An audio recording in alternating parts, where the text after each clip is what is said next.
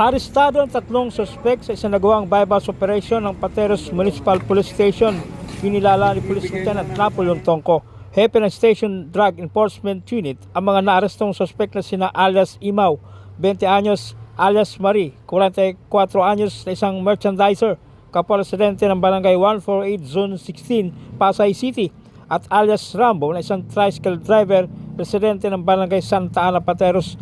Ayon sa ulat ng Pateros Police, nagkasa ang mga operatiba ng anti-illegal drugs bypass operation na nagresulta sa pagkaaresto ng mga suspek sa ganap na alas 7 ng gabi matapos magbenta ng hinihinalang illegal na droga sa pusher buyer kapalit ang bypass money.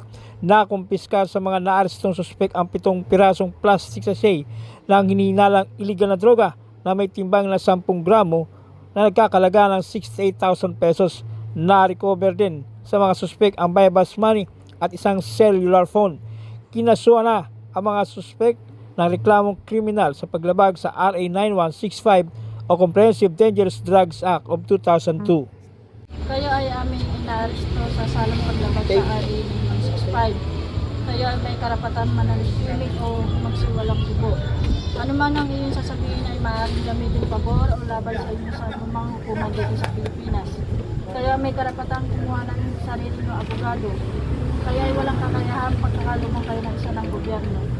Kaya may karapatan din kumuha ng sarili ng doktor para kayo ay suriin.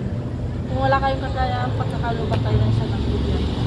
Naintindihan niyo ba yung mga karapatan? Naintindihan, sir. Naintindihan. Ma'am, naintindihan niyo po. Sige. Arestado ang mag-live-in partners sa isang nagawang drug bypass operation ng Pasig City Police Station Drug Enforcement Unit sa Barangay Kalawaan, Pasig City. Kinilala ang mga suspek na sina alias Aristeo at alias Lani at kapwa-residente ng nasabing barangay. Nakumpiska ng kapulisan mula sa kontrol at pag-aari ng mga suspek ang 4 na plastic sachet ng pinaginilaang shabu at bypass money. Ang 2 suspek ay maharap sa kasong paglabag sa Republic Act 9165 o Comprehensive Dangerous Drugs Act of 2002. Timbog ng mga tauhan ng District Mobile Force Battalion ng Eastern Police District ang isang lalaki matapos magsagawa ng pagpapatrolya bandang alas 3 ng madaling araw sa East Bank Road, Barangay Santa Lucia, Pasig City. Kinilala ng pulisya ang suspek na si alias Leon, residente sa nasabing barangay.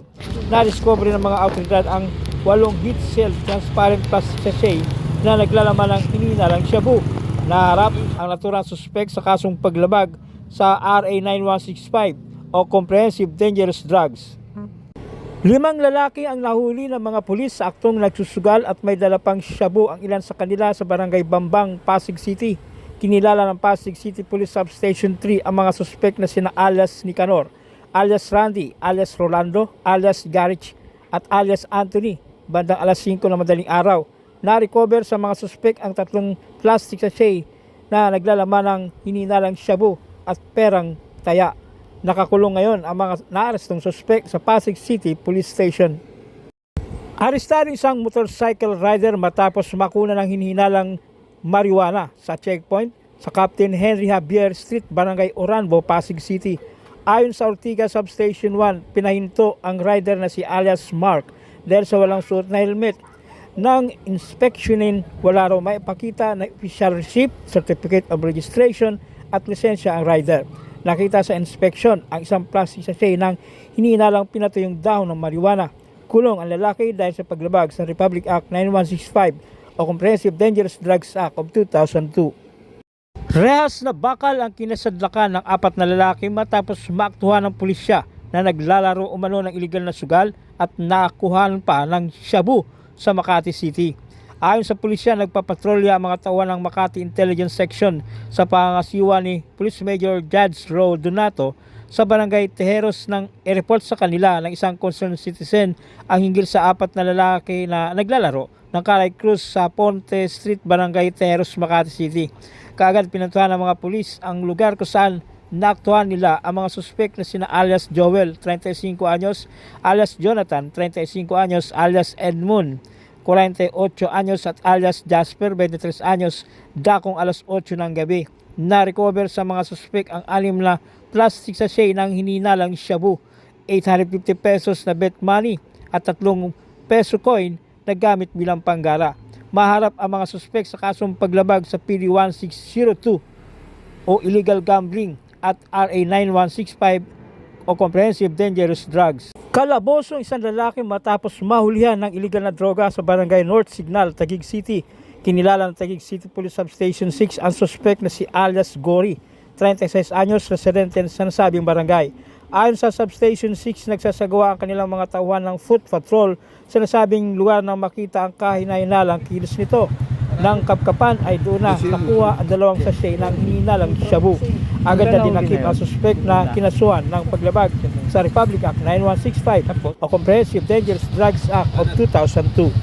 Yan ika-rigito na dahil ikaw ay inaresto namin dahil sa paglabag mo sa RA 9165 o Comprehensive Dangerous Drugs Act of 2002 ng Section 11 dahil nakuha sa iyong pag-iingat ang 2 plastic sachet na naglalaman at pinaghinala na shabu.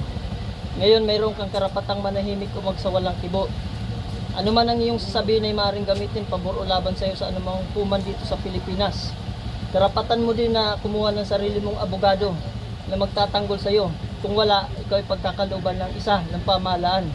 Karapatan mo din na magpatingin sa isang mapagkakatiwalang doktor na sarili mong pili. Kung wala kang kakayahang kumuha ng iyong doktor na magsusuri ng iyong pisikal, ikaw ay pagkakalooban ng libre ng ating pamahalaan. Naunawan mo ba itong lahat mong karapatan? Sagot. Sagot.